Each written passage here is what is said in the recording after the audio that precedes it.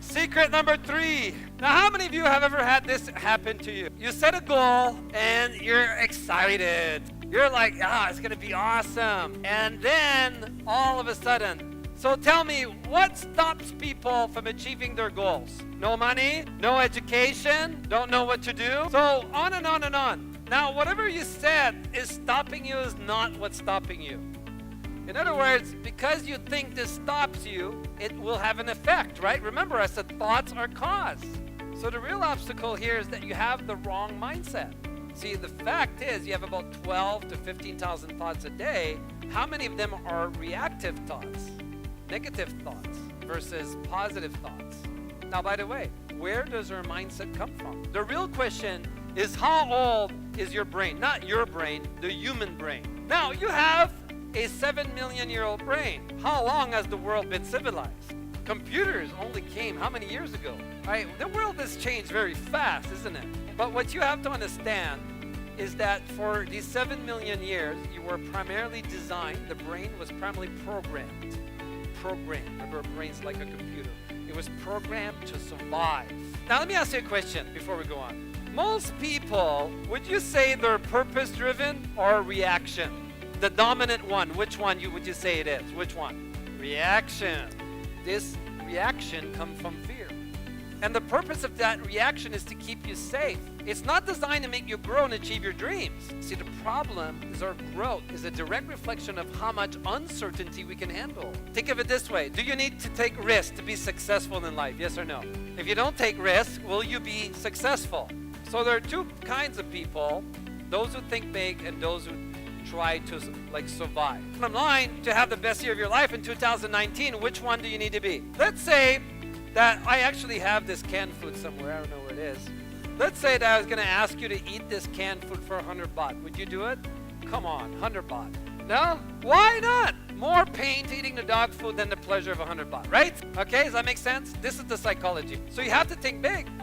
But you think of it this way. We're always weighing, right? Should I take action or not? Now, I got money in my pocket. What if I give you 1,000 baht? Anybody want to eat dog food? 1,000 baht. Smart heart. It's smart heart. Come on. So how about 2 then? Yes. How about 3? Oh, we got a winner. Now, why did he say yes? Because the pleasure of 3,000 baht outweighs it's just dog food. What the hell?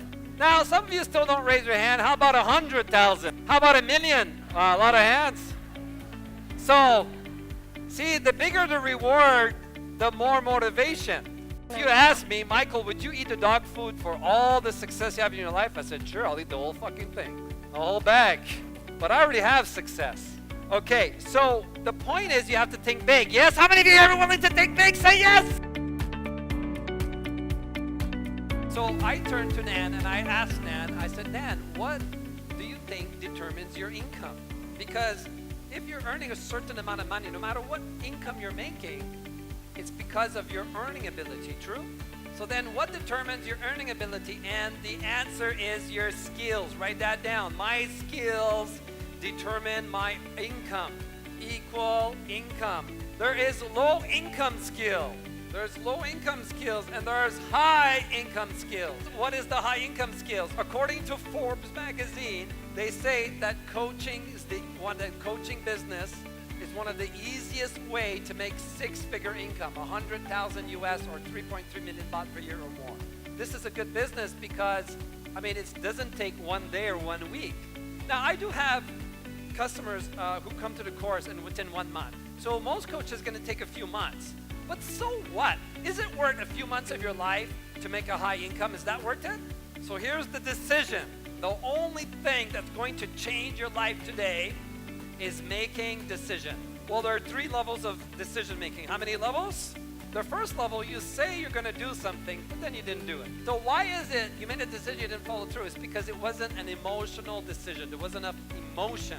So the second level is when you create an emotional decision. The third, though, there's a third level, and the third level is when you're absolutely committed, and that's called resolve. It's done. And you change your focus from on the high income skills.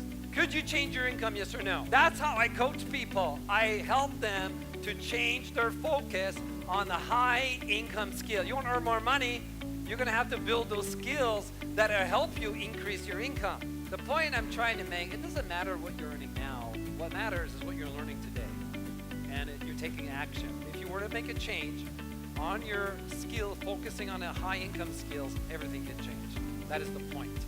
Is it possible to set a goal and there's no obstacle whatsoever? So when you have an obstacle, what happens, because most people are programmed to go in a reaction, they will go to the next step, which is they have a fear they're not good enough. Everybody has it. Now I know what you're thinking, maybe some of you are thinking, I don't have a fear.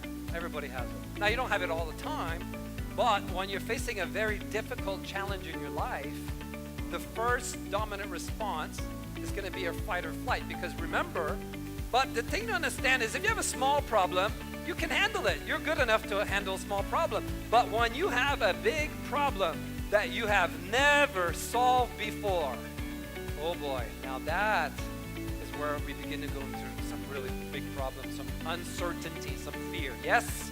And the moment you go into fear, you will automatically go into reaction. Which is more powerful, conscious mind or unconscious mind? Which one? Conscious mind is 10,000 times more powerful than the conscious mind. Now, your brain is always trying to seek pleasure, and its primary role is to keep you safe. When you have the thought that you're not good enough, what is the secondary gain of that? What is the benefit of that thought? I'll tell you what the answer is. You don't need to take action. You certainly don't need to come on stage and risk rejection. When you're lazy, your brain says, good job.